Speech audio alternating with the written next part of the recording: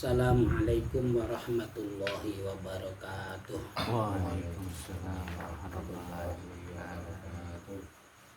A'udzu billahi minasyaitonir rajim. Bismillahirrahmanirrahim. Alhamdulillah wassalatu wassalamu ala Rasulillah wa ala alihi wa sahbihi wa mawalah wa la haula wa la quwwata illa billah amma ba'du. Waqad qala Allah ta'ala fil Qur'anil Karim. A'udzu billahi minasyaitonir rajim. Bismillahirrahmanirrahim. Qul hal yastawil ladzina ya'lamuna wal ladzina la ya'lamun. Wa qala Rasulullah sallallahu alaihi wasallam, may yuridillahu bihi khairan yufaqihu fid din. Rahul Bukhari.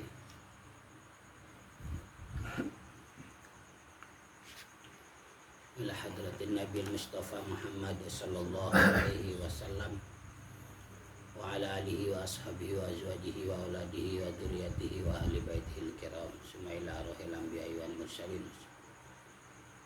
malaikatil muqarrabin wa syuhada'i was sholihin wal ulama'il 'amilin wal musannifin wal mukhlisin mujtahidin khususan ila hadratis syekh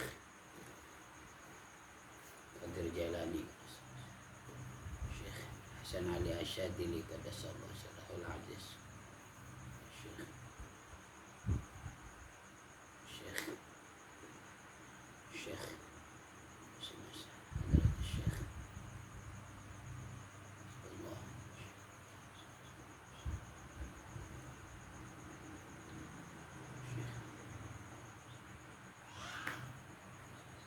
Agomadahumullah fi kuburihim birahmatillahi wa karamihi wa ridwanihi wa nafa'ana bihim wa bi'ulumihim wa barakatihim bidarain amin wa biniyati sahlah ifahmi hadhihi risalah wal amal syayulillahi lahum wa lana al-fatihah.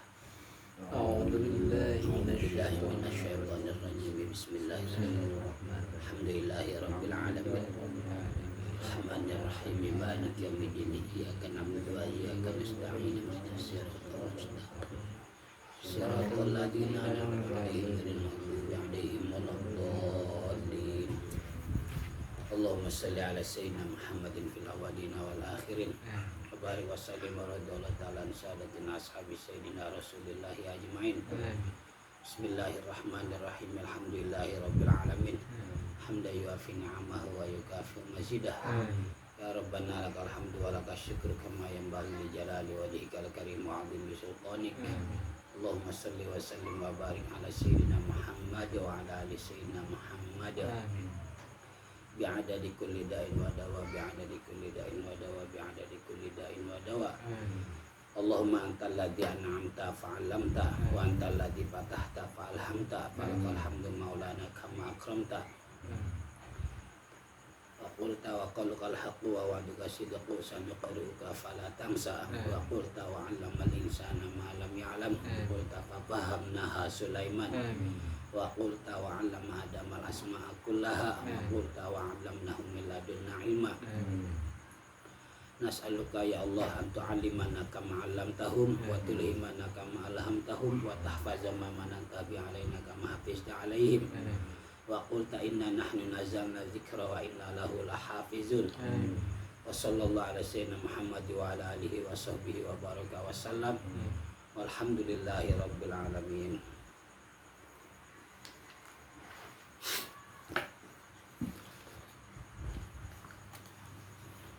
Materinya masih berkaitan tentang kurban. Kita akan membahas makalah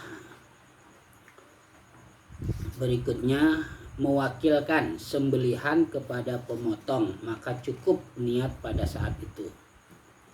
Artinya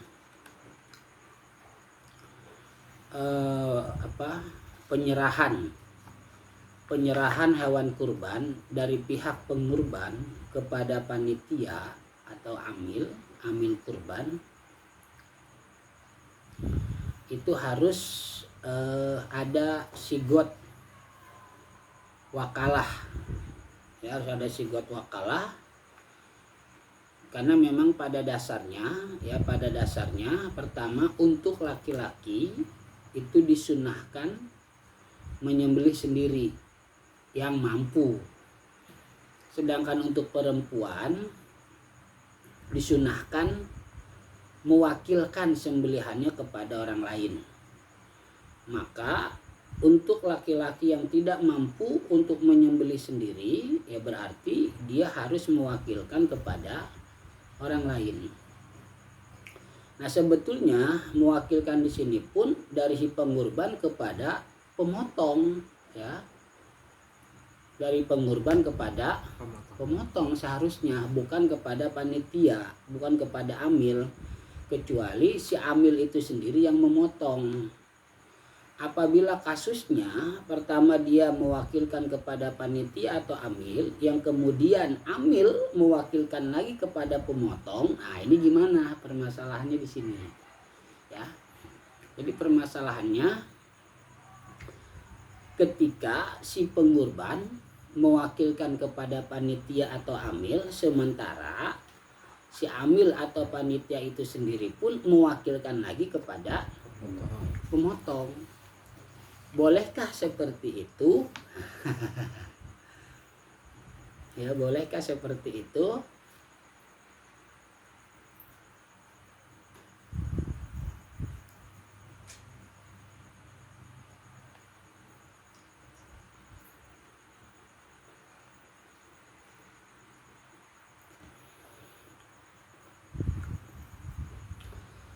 Ada yang mengatakan boleh, ya. Ada yang mengatakan boleh, sudah mewakilkan lagi, tapi syaratnya si pengurban atau pihak yang minta diwakilkan harus tahu, ya, harus tahu. Umpama saya pengurban, ya, saya pengurban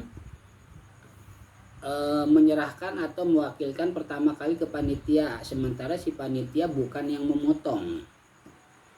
Nah, berarti si panitia atau si amil mewakilkan lagi kepada si pemotong. Maka pada saat si amil atau panitia mau mewakilkan lagi kepada si pemotong, saya harus tahu, ya. Saya harus tahu. Nggak boleh nggak tahu. Kalau nggak tahu saya nggak sah wakilan keduanya, ya. Wakil keduanya kalau tidak diketahui oleh orang yang minta wakil, nggak sah. Nah, itu dia. Jadi pada dasarnya yang diserahkan pihak pengurban kepada panitia atau amil itu adalah ada pembahasan wakalah di situ. Maka berarti kalimatnya wakilkan saya, atau gini, saya minta wakil kepadamu untuk penyembelihan hewan kurban saya atas nama saya, umpama kalau pribadi, atau atas nama keluarga saya kalau untuk keluarga. Jadi kalau cuma sekedar kalau cuma sekedar nyerahin begitu aja, nggak ada wakalah, ya bisa. Ya, harus, karena memang bahasannya dalam fikih kurban pun, ya, dalam fikih kurban ayu wakila goirohu gitu. Bagi laki-laki yang nggak bisa motong sendiri, ya wakilkan ke orang lain. Dan perempuan disunahkan harus diwakilkan. Nah, terus niatnya, nah tentu yang niat adalah si pemotong, bukan si pengurban. Ya, si pemotong. Kalau yang niat si pengurban tapi yang motong orang lain, ya nggak bisa. Masa yang praktek ibadah orang tapi yang niat si pengurban, ya nggak bisa. Kurban itu ibadah, ya. Kapan dihitungnya kurban itu ibadah? Pada saat penyembelihan, ya. Pada saat penyembelihan. Maka yang namanya ibadah harus sesuai dengan syariat. Di antaranya ibadah itu harus ada niat. Nah, niat, ya, niat kurban itu pada saat menyembelih, gitu ya. Pada saat menyembelih, maka berarti ketika menyembelih si pemotong mewakilkan si pengurban. Itu. Yang penting kalau tadi udah ada perwakilan ya, udah ada sigot atau kalimat atau lafaz ucapan perwakilan, ya udah tinggal si pemotong tinggal niat memotong hewan kurban ini. Ya karena udah ada ijab qabul perwakilan, ya udah sah. Itu. Kalau nggak ada ya nggak sah. Ya. Itu harus. Jadi bukan penyerahan semata-mata begitu aja, enggak. Ya harus ada kalimat yang menunjukkan wakalah, perwakilan. Gitu. Paman nih Pak RW sebagai pemotong, saya pengurban. Pak RW, saya minta wakil ke Bapak untuk menyembelih hewan kurban saya atas nama saya pribadi umpama. Ya Pak RW jawab, saya terima wakilnya. Udah. Nah disitulah ketika Pak RW menyembelih, niat. Ya, niat. Jangan yang niat pengurban saya, tapi yang motong Pak RW, ya nggak bisa. Sama kayak sholat, saya yang sholat tapi yang niat Pak RW, lagi mana ceritanya? Nggak bisa. Ya, nah berarti yang niat itu yang melakukan ibadah, ya, yang melakukan ibadah. Nah ibadah kurban pada saat penyembelihan, maka berarti kalau nggak ada niat dari si penyembelih atau pemotong, nah ini berarti kurbannya sembelihan biasa, ya, bukan sembelihan kurban, berarti sembelihan biasa. Oke, misal si pemotong itu berada di dalam susunan panitia, Boleh, nggak apa-apa, tapi tetap penyerahannya harus ke si pemotongnya sekaligus. Panitia juga, pemotong juga, harus ke dia perwakilannya, langsung ke dia, harus langsung ke dia. nggak ke panitia lagi. Jangan ke panitia yang lain, harus ke diri juga. Dia panitia juga, pemotong juga kan. Ya berarti si pengurban mewakilkannya langsung ke dia aja, jangan ke orang lain lagi, langsung ke dia aja. Itu. Nah itu ya. Jadi mewakilkan sembelihan kepada pemotong. Seharusnya, karena pemotong yang motong kan. Bukan panitia yang cuma nerima, bukan. Tapi kalau udah ke panitia berarti 2 kali wakil. Boleh nggak tadi 2 kali wakil? Boleh. Syaratnya yang minta wakil apa? Harus tahu, konfirmasi dulu sama yang minta wakil. Hah? Iya, si pengurban yang tahu. Iya, si pengurban. Dalam hal ini si pengurban dia. Dalam hal ini si pengurban. Selama ini tidak terjadi seperti itu. Ya udah lah. Mana nih hukumnya ya? Kemarin Sudah begitu. Kemarin ke kasar kusung Mas Didi sama Mas Yud. Pas wali, kami. Nah, terus pengurban boleh memanfaatkan bagian dari kurbannya yang sunnah seperti kulitnya. Boleh. Ya, kurban sunnah ya. Saya kurban sunnah. Mau memanfaatkan kulit dari binatang kurban saya, boleh. Atau mungkin memanfaatkan yang lain. Tanduk buat apa manfaatnya? Buat ini ya, tempat lilin ya. Tempat lampu. Tempat lampu bisa. Ujung tanduknya dibolongin sih ukuran kabel. Aksesoris. Iya, Buat aksesoris. gagang golok bisa juga. Dagang golok bisa ya. Pipo. Kuat kali buat gagang golok. Di sicoran. Nah, jadi kurban sunnah ya, untuk kurban sunnah pengurban boleh memanfaatkan bagian dari hewan kurbannya. Terus daging yang diberikan kepada mustahik tidak boleh sudah matang, harus mentah. Jangan daging kurban dikasih matengin dulu, jangan, nggak sah. Kalau ada kasus begitu kejadiannya, ya berarti diganti. diganti. Kalau ada kasus begitu kejadian dia diganti sama yang matengin.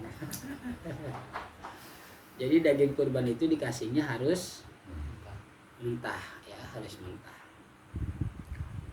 Nah, pasti kalau menyisihkan buat yang masak, buat yang kerja, nggak boleh aja pakai. Menyisihkan, ngambil gitu, ngambil. Oh. Makanya izin dulu. Bilang sama pengurban. seukuran sekian kilo gitu, bilang. Harus disebut, jangan ya pokoknya minta dah seukuran buat makan lah, jangan disebut berapa kilo. Lah kalau cuma bilang lah jangan, tapi takutnya kurang buat yang lain. Kan mustahil, jangan. Bilang aja saya minta sekian kilo nih buat dimasak dimakan panitia, boleh enggak? Sama pengurban. Ya. Kan yang pengorbannya banyak. Hah? Pengorban itu Nah makanya tadi mintanya ke siapa? Pasam kurban, Pak RW, Pak Suparman kurban, Pak Manto kurban. Saya panitia, saya mau minta daging ke kurban siapa? Makanya ketika itu disembelih, oh ini dagingnya, ini kambingnya Pasam nih. Tadi kita mintanya ke Pasam loh, gitu kan, sama panitia lain. Ya udah kita ambil nih bagian dari, atau kita minta ke semuanya masing-masing 1 kilo, ya bilang, begitu bisa kan? Makanya dipisahin, ini kurbannya Pak Sam, kurbannya Pak Suparman, kurbannya Pak Manto, gitu. Saya bilang kamu ke semua minta 1 kilo, saya ambil 1 kilo 1 kilo buat kami masak, kami makan. Udah. Misal pada saat musyawarah itu disepakati daging buat konsumsi setengah kiloan misal. Iya. Pada saat kumpul panitia sama pengurban itu, apakah pada saat nanti ngambil harus ngomong lagi atau nggak pakai, karena di situ udah adil lah. Udah setuju di waktu itu ya nggak apa-apa, nggak usah bilang. Cuman waktu itu ngambilnya ke setiap pengurban apa, jadi pada yang saat, udah pada saat kumpul bersama makanya pengurban jangan sama dicampur panitia. dulu, jangan dicampur dulu makanya. biasanya potong satu diambil. Nah, Gitu. katakan ditaruh di karung, namain ini hewan kurbannya Pasam. Karung yang berbeda hewan kurbannya Pak Suparman. Karung yang berbeda hewan kurbannya Pak Manto. Saya minta semuanya setengah kilo, ambil karung dari Pasam, ambil setengah kilo, Pak Suparman setengah kilo, Pak Manto setengah kilo, baru dicampur untuk pembagian ke mustahik. Gitu. Harus ditentuin berapa kilo yang gitu. Iya, kalau cuma bilang kami minta ya buat makan kami, ya berapa? Harus ya sebut aja, saya mengapa sih sebut setengah kilo ke sekilo, gitu ya. Kilo gitu ya, walaupun ngambilnya nggak sampai sekilo. Iya, kalau ngambil nggak sampai sekilo ya nggak apa-apa, kecuali minta sekilo ngambil 2 kilo, tanggung itu ganti. Gitu. Jadi panitia itu harus benar-benar paham juga di situ. Kalau nggak menghadiri nggak apa-apa. Ya pada Tasni menghadiri pemotongan bagi pengurban itu hukumnya sunnah. Ya nggak wajib, tapi tetap si pengurban harus mewakilkan kepada pemotong. Ya tetap ya pada Tasni ya, si pengurban harus mewakilkan kepada pemotong. Tetap itu mah harus, kan yang motong si pemotong. Si pengurban nggak bisa motong kan? Tetap ada Tasni ya, si pengurban tetap bagaimanapun harus mewakilkan kepada si pemotong. Ya, masalah hadir itu nggak hadir juga nggak apa-apa, itu sunnah. Pengurban menghadiri pemotongan hewan kurban itu hukumnya sunnah, nggak wajib. Ya nggak wajib, sunnah nggak apa-apa. Tapi tetap yang harus diperhatikan, pengurban mewakilkan kepada si pemotong, gitu ya pada Tasni ya. Tetap itu harus, ya jangan sampai enggak. Terus binatang betina yang bunting tidak sah dikurbankan. Ya, yang bunting nggak sah. Ya, nggak sah. Yang apa? Yang bunting. Kalau binatang nggak apa-apa kita sebut bunting ya. Binatang ini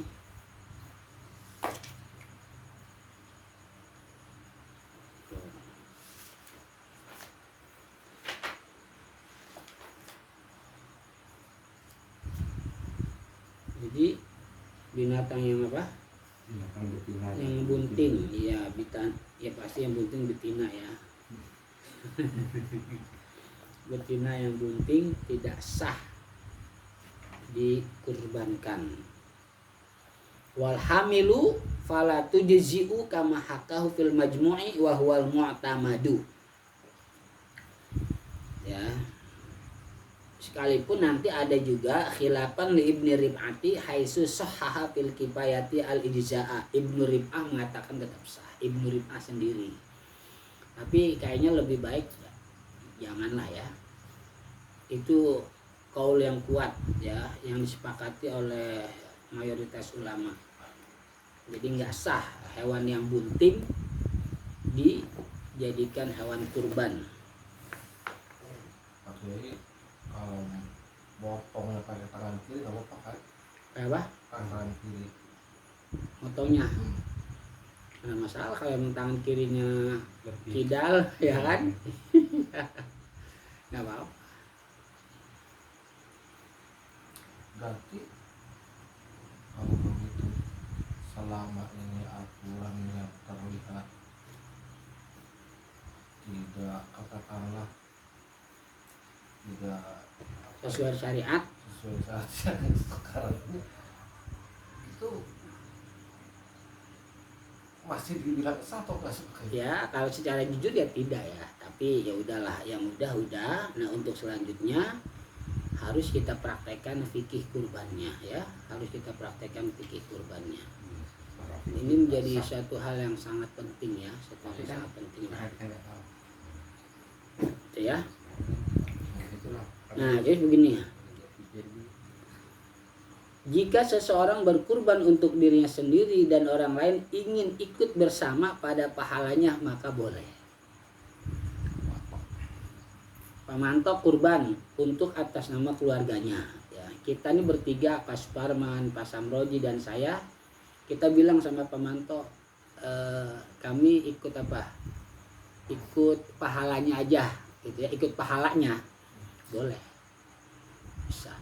Ikut pahalanya doang. Iya, Pamanto, boleh nggak kami bertiga ikut gabung supaya dapat pahala kurbannya? Nah itu bisa, boleh kalau diizinin. Iyalah, kalau nggak diizinin ya nggak boleh. Misal saya kurban atas nama Suparman dan keluarga, Iya, itu nggak apa-apa pakai. 1 ekor kambing. Ya nggak apa-apa, yang penting keluarga di situ maksudnya yang menjadi tanggungan kita. Kalau yang bukan menjadi tanggungan kita nggak boleh. Umpama adik Pak Suparman udah nikah, diikut sertakan ya nggak bisa lah, kan bukan tanggungan Pak Suparman lagi udah, ya kan? Atau Pak Suparman punya anak laki-laki tapi udah dewasa dan punya penghasilan sendiri, ya nggak bisa juga, karena udah bukan tanggungannya, ya, karena bukan tanggungannya.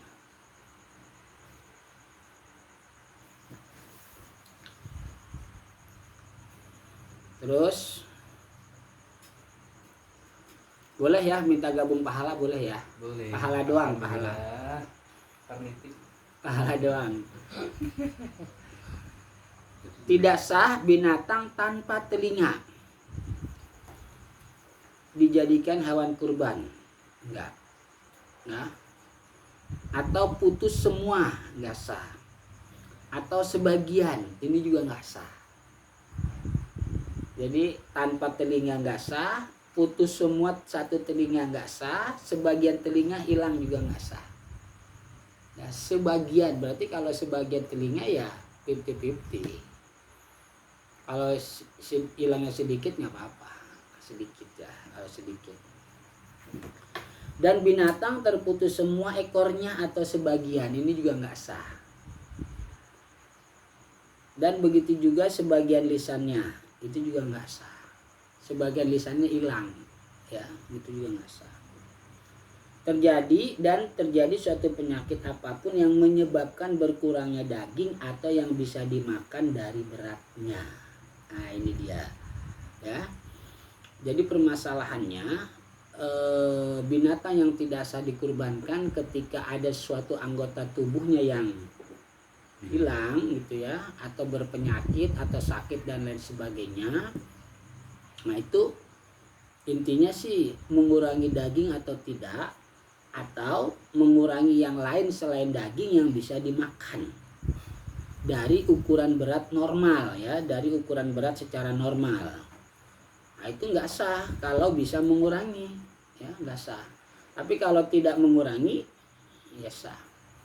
Nah, makanya masalah apa PMK ya, penyakit mulut dan kuku, untuk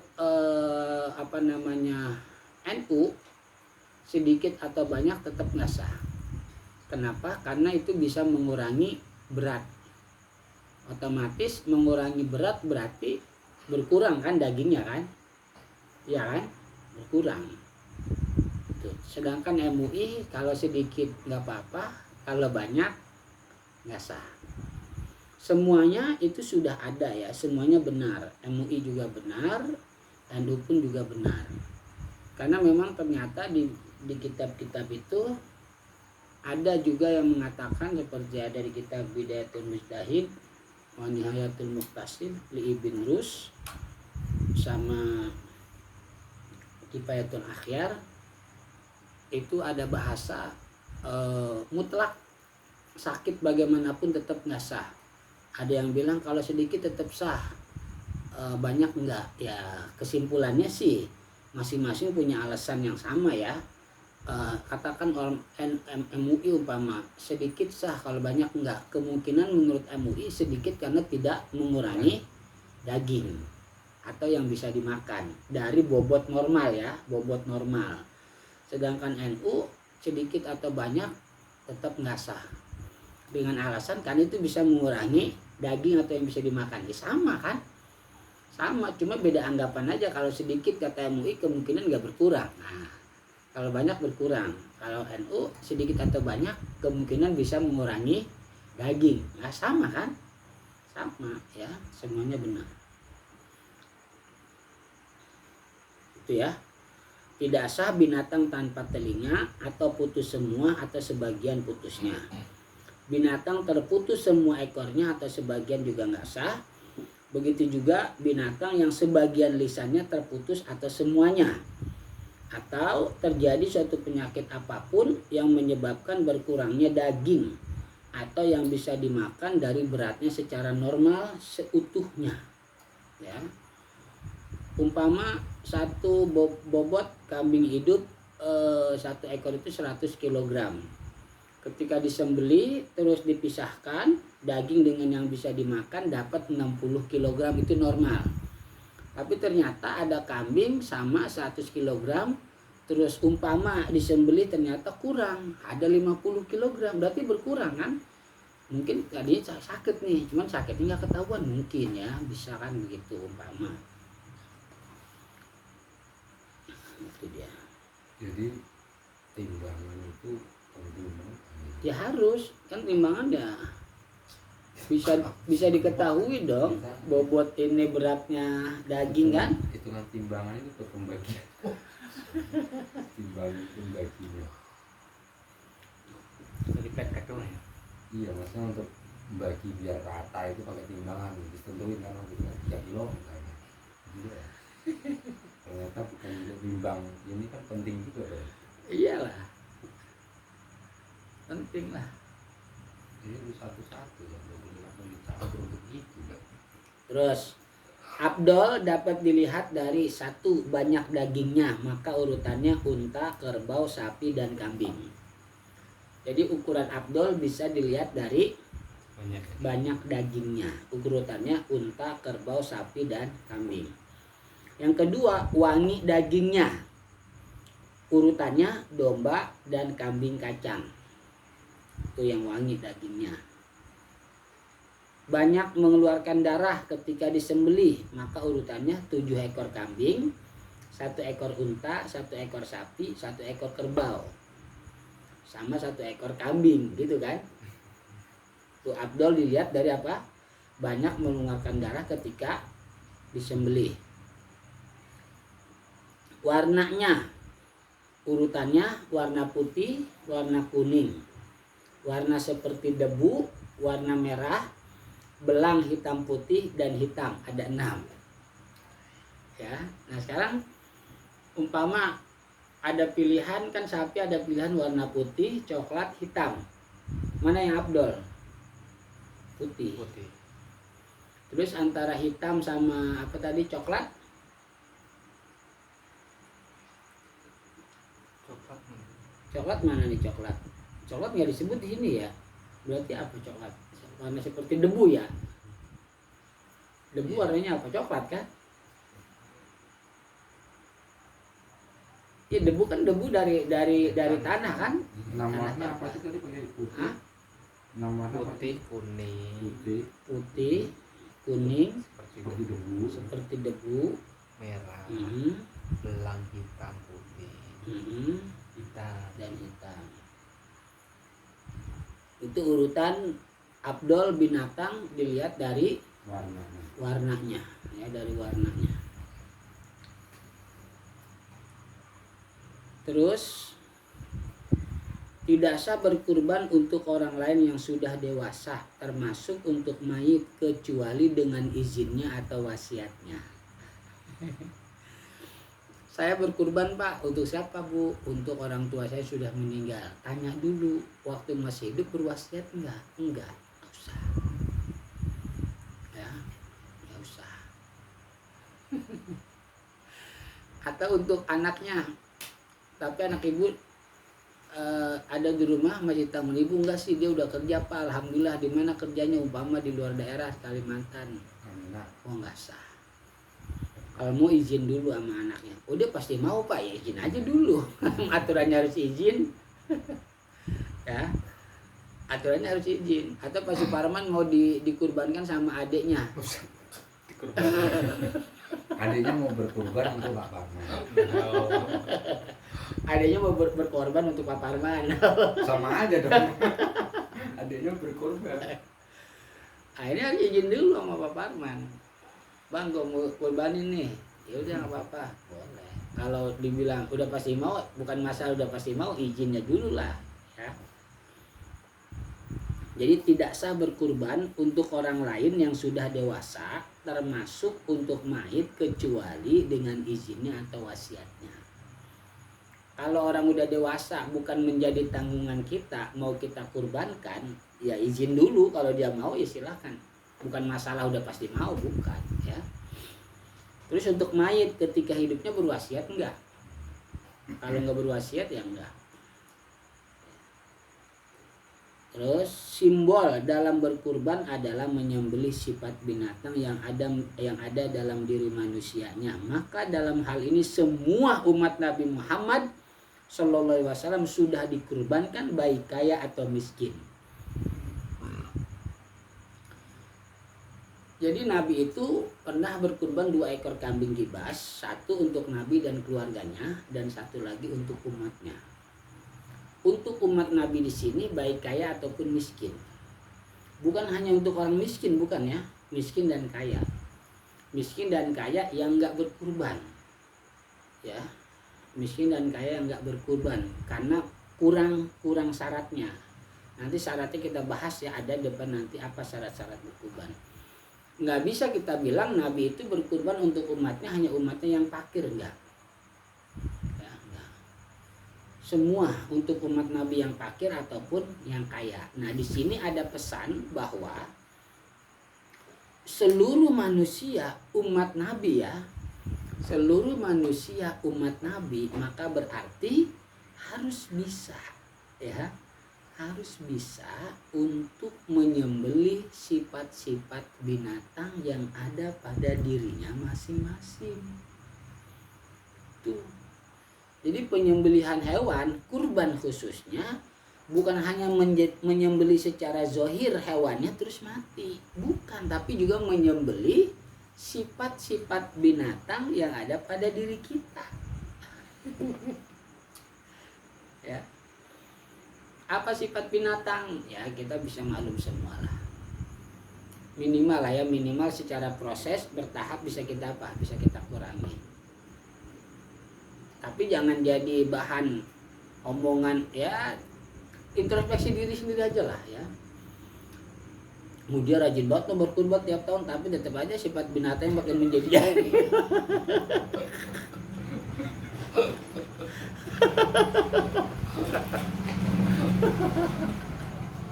Umpama berkurbannya mah rajin tiap tahun, tapi sifat binatang makin menjadi-jadi lah ya. Jangan diomongin duit, biar itu urusan dia ya. Itu jangan ngomong begitu lah ya. Ya kita juga urusan, karena kita nggak berkurban, kita udah dikurbankan sama Nabi, maka berarti kita pun harus bisa menyembelih sifat binatang yang ada pada diri kita. Sama aja berarti kalau kita ngomongin orang, wah dia mah rajin doang berkurban, tapi tetap aja sifat binatangnya makin galak lah, sama aja berarti. Jangan, kita juga udah sama. Itu diantaranya hikmah berkurban. Jadi bukan hanya ritual pemotongan semata-mata hewan kurban yang kita potong ya, termasuk sifat binatang yang ada pada diri kita pun kita sembelih juga ya, kita sembelih juga. Itu simbol. Binatang yang terlahir dari sapi atau unta atau kerbau dengan kambing maka hanya untuk satu orang, sekalipun bentuknya kerbau. Maksudnya Apa namanya? Istilahnya apa? Jadi umpama betinanya kambing, ya. jantannya sapi, dikawinkan. Kan buntingnya kambing, beranak kerbau. Nah, itu tetap untuk satu orang, nggak bisa untuk 7 orang. Kalau hasil dari perkawinan. Iya, perkawinan silang maksudnya. iya. Kalau sapi sama sapi nggak apa-apa. Nggak bisa itu mah 7 orang. Ini sapi Oh, malah. betinanya, sebaliknya ya, sapi betinanya, kambing jantannya, dikawinkan, lahir sapi. Nggak bisa untuk 7 orang, tetap satu orang. Tuh. Kira-kira kenapa? Gimana bisa tahu kita Pak? Hah? Gimana bisa tahu kita? Ya kalau tahu, kalau nggak tahu mah jangan dipikirin lah. Kan belinya ke tukang. Nah, iya mana sapi tahu, nih. mas Kita nggak tahu nih kita juga bapaknya. nggak perlu tanya lah, nggak perlu kepo. Sampai aja. Kambing jarang lahir sapi. Wow, alam. Iya jarang, saya bilang kan. Kan jarang sih, belum pernah nemu.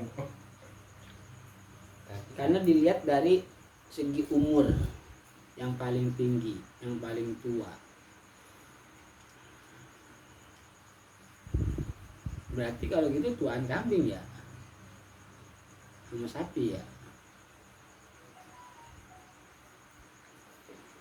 kalau dilihat dari segi umur ya berarti tuan kambing. Iya. Kok tuaan kambing sih emang ya? Sejarah begitu emang.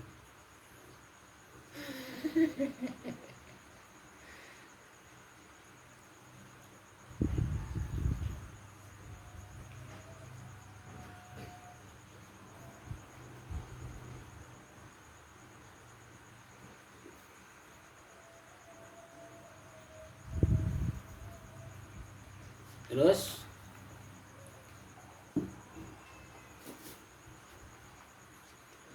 satu ekor unta, sapi atau kerbau untuk 7 orang atau untuk 7 keluarga yang masih dalam tanggungannya.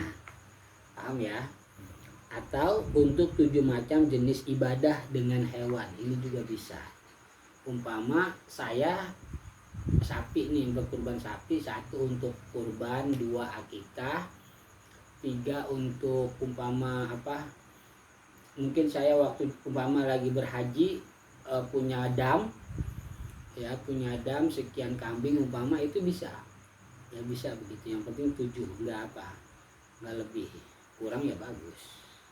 Jadi 7 ekor sapi bisa untuk 7 orang, bisa untuk 7 keluarga yang masih menjadi tanggungannya masing-masing keluarga, atau untuk jenis ibadah. Satu ekor sapi. Iya, 1 ekor sapi. Tapi kalau misalnya 1 ekor sapi itu biasanya kan kalau sekarang rata-rata kan 7 orang nih. Masing-masing orang itu saya dan keluarga nggak bisa ya Pak? Yang penting masih ada tanggungannya. Oh iya bisa. Iya, saya nih, kita nih 1 ekor sapi atas nama keluarga saya, Pak Sam, Pak Suparman, Pak Manto, Pak Didik, Pak Ade, Pak Iqbal, boleh. Yang penting keluarga yang kita jadi tanggungan kita masing-masing. Tuh, boleh. Kalau atas nama saya dan keluarga itu tanpa menyebutkan satu persatu nama keluarga itu, kalau yang satu motoran yang niatnya, Ini apa, satu kambing? ya misalkan satu kambing, Ya udah cukup, kan udah diwakilkan tadi saya sama si menetapkan pemotong. Pasti si pemotong niatnya ya buat sesuai yang kita wakilkan. Si pemotong pasti niatnya sesuai dengan kita wakilkan lah, niat. ya misalkan satu sapi ini kan punya 7 orang, jadi masing-masing dari ketujuh orang ini Mewakilkan mewakilkan kepada si pemotong. saya dan keluarga saya. Pemantau juga ngomong ke wakil Iya. ke pemotong saya dan keluarga saya. Iya, nanti si pemotong tinggal terima, saya terima wakilnya semua. Udah pasti dia niatnya ya buat yang kita wakilkan lah. Itu udah pasti kan, emang dia wakilin kita semua. Iya. Terus kurban wajib seperti nadar bisa dikodo apabila sampai waktunya selesai belum sempat berkurban. Umpama saya bernazar untuk berkurban,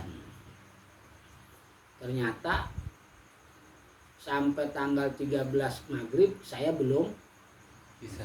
bisa, entah dengan berbagai macam alasan gitu ya. Nah itu kodok berarti di bulan apa aja boleh. Di bulan apa aja boleh. Jadi kurban nadar atau kurban wajib bisa dikodok kalau waktunya sudah habis. Ya. Jadi kurban wajib bisa dikodok. Nah berarti yang bisa dikodok bukan cuma sholat dan puasa. Kurban juga bisa, kurban wajib. Ya. Terus juga zakat juga bisa, ya, zakat fitrah bisa. Niat kurban itu pada saat menyembelih, maka niat yang menjadi wakil sah apabila sudah diserahkan kepadanya. Makanya si pengurban yang tidak bisa memotong sendiri minta wakil saja ke pemotong. Ya, nah ini panitia harus tahu. Kalau di antara panitia nggak ada yang bisa motong, bilang aja ke pengurban, Bapak Ibu lebih baik Bapak Ibu menyerahkan wakilnya kepada pemotong saja. Nah ini untuk hewan ibu diserahkan ke kami di sini, ya kami hanya memelihara. Nah makanya si pengurban wajar tak ngasih uang pemeliharaan kepada panitia tuh wajar banget kan, si panitia jaga segala macam.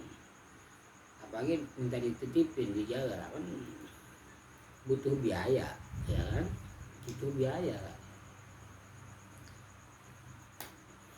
Apabila dalam satu keluarga ada beberapa orang, lalu ada yang mampu untuk berkurban, maka sah kurbannya itu untuk satu keluarga yang masih menjadi tanggungannya atau nafkahnya. Menurut Imam Ahmad secara mutlak, artinya saya berkurban untuk istri dan 2 anak saya yang semuanya masih menjadi tanggungan saya, maka 1 ekor kambing itu sudah menggugurkan. Ya, 1 ekor kambing itu sudah menggugurkan kurban istri dan 2 orang anak saya menurut Imam Ahmad. Tapi menurut Imam Syafi'i hanya untuk menggugurkan tuntutan berkurban untuk orang lain. Jadi masih masih ada gitu ya, seolah-olah masih ada tanggungan untuk berkurban. Kalau Imam Ahmad udah semuanya udah dianggap berkurban satu keluarga. Tapi menurut Imam Syafi'i hanya untuk menggugurkan tuntutan berkurban untuk orang lain. Kalau Imam Ahmad bin Hambal sah, ya sah kurbannya itu untuk satu keluarga. Paham ya? Beda kan? Jadi kalau kata Imam Ahmad ya udah sah itu untuk satu keluarga saya dan istri dan 2 orang, udah sah. Berarti istilahnya nggak ada tanggungan apa lagi untuk berkurban. Kalau untuk Imam Syafi'i ya cuma sekedar menggugurkan tuntutan berkurban untuk orang lain. Berarti masih tetap dianggap masih ada tuntutan untuk berkurban. Terus ungkapan Imam Syafi'i radhiyallahu an, makruh hukumnya bagi yang mampu apabila tidak berkurban. baik yang sedang berhaji atau tidak, orang kota atau bukan, dan musafir atau bukan. Ini perhatikan, bagi yang mampu, ya, bagi yang mampu. Seseorang itu dianggap mampu dalam berkurban, gini ya, dia bisa memperkirakan di malam takbiran sampai tanggal 13 maghrib. Dia bisa memperkirakan dari malam takbiran sampai tanggal 13 maghrib kebutuhan dia dan yang menjadi tanggungannya di saat itu takbiran sampai 13 maghrib terpenuhi belum, ya, terpenuhi belum. Umpama udah tapi nggak ada sisa buat beli kambing, ya udah jangan berkurban. Nah, ini maksudnya perkataan Imam Syafi'i ini makruh hukumnya bagi yang mampu. Mampu menurut dia kan yang tahu. Makanya kita jangan bilang, oh dia rumahnya tingkat, iya kan, mobilnya banyak, wah dia kok nggak berkurban sih, makruh itu buat dia. Lah jangan dulu, bisa aja kebutuhan dia lebih banyak dari itu kan, mungkin hutangnya di mana-mana, iya kan, bisa lebih gede hutangnya dari kita. Berarti kurban itu tidak boleh dihutang ya Pak? Nah, dalam mazhab Syafi'i nggak boleh. Waduh sih Pak Dewe. Ini maksud saya tidak boleh diutang. Kurban dari duit hasil utang itu kan nggak boleh. Iyalah ya, makanya kita jangan bilang punya tetangga kaya tapi nggak mau berkurban, pelit banget lah, jangan begitu. Emang yang tahu kebutuhan dia berapa siapa? Kita, bukan dia. Kalau mau jujur tanya aja, per-peran ya. Iya kan, makanya jangan ngomong begitu ya. Hindari itu ya, hindari ucapan-ucapan menurut kasat mata kita nih orang kayaknya mampu kok dia nggak berkurban sih. Jangan. Ini Imam, air Pak. Yang sukanya memandang orang. Jangan begitu ya. Tapi kalaupun meskipun orang itu dia punya hutang banyak, tapi duit yang buat korban ini, yang buat beli kurban ini bukan hasil hutang, nggak apa-apa ya. Walaupun dia punya hutang. Lah itu berarti kan masih belum mampu. Belum mampu saya. Saya belum. Sama kalau mampu ya silakan kalau mampu. Makanya nih dianggap mampu berkurban, dia bisa memperkirakan kebutuhannya di malam takbiran sampai tanggal 13 maghrib terpenuhi nggak kebutuhannya. Kalau bisa terpenuhi ya silahkan kurban. Iya enggak, maksudnya kan kebutuhan terpenuhi itu kan kebutuhan kayak untuk kehidupan sehari-hari. Iya maksudnya Tapi, di tanggal itu aja, iya. 10 malam takbir sampai 13 maghrib. Tapi si orang itu sebenarnya punya hutang banyak juga gitu, punya hutang. Ya hutangnya kan dicicil Pak. Oh iya. Kayak kredit. Maksudnya tetap punya utang Mas. Iya, punya iya. utang kan tapi cicil nih. Utangnya 2 juta, cicilannya 2 juta, gajinya 10 juta, kan masih bisa. Ya pokoknya kalau kebutuhan di malam takbiran sampai tanggal 13 maghrib itu terpenuhi, itu berarti kategori mampu ya, kategori mampu. Kalau enggak ya janganlah, ngapain, nggak usah. Mungkin kurban sunnah ini kok jadi kayaknya jadi sesuatu gimana gitu ya. Intinya kalau nggak pengen korban jangan ribet. Janganlah. Keinginan cita-cita punya. Oh kalau punya ya korban. Oh, saya belum mampu. Ya udah, korban perasaan aja.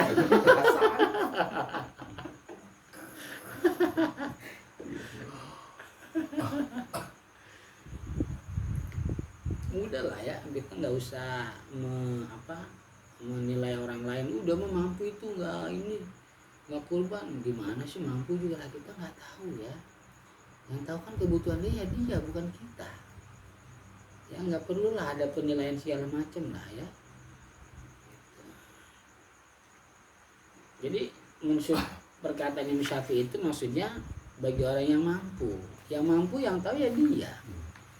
Kalau memang dia mampu ternyata dia nggak kurban, nah disitulah makruh kata Imam Syafi'i hukumnya. Mampu tapi nggak mau berkurban. Itu janganlah ada kalimat ngutang rumah bisa, ngutang mobil bisa, ngutang motor bisa, ngutang HP bisa. Semoga aja di tanggal 12 sampai Emangnya 13. yang bayar utang itu kamu bayar utang saya bayar kok, ya kan? Saya nggak ada duit loh. Umpama nih, Zulhijjah sekarang kan tanggal 9, gajian tanggal berapa? 25. Gajian tanggal 25, ya tanggal 1 juga udah habis buat bayar ini, bayar itu. Ada kebutuhan itu? Nggak ada kan? Ya udahlah nggak usah kurban. Ya, nah iya udah nggak usah kurban. Apalagi perumahan emang pada ngutang semua. Mau perumahan biasa kayak mau perumahan klaster kayak ngutang semua perumahan mah udah. Kecuali dia udah bertahun-tahun tinggal di situ, bisa kan udah lunas. Tadi perumahan baru, pasti pada ngutang.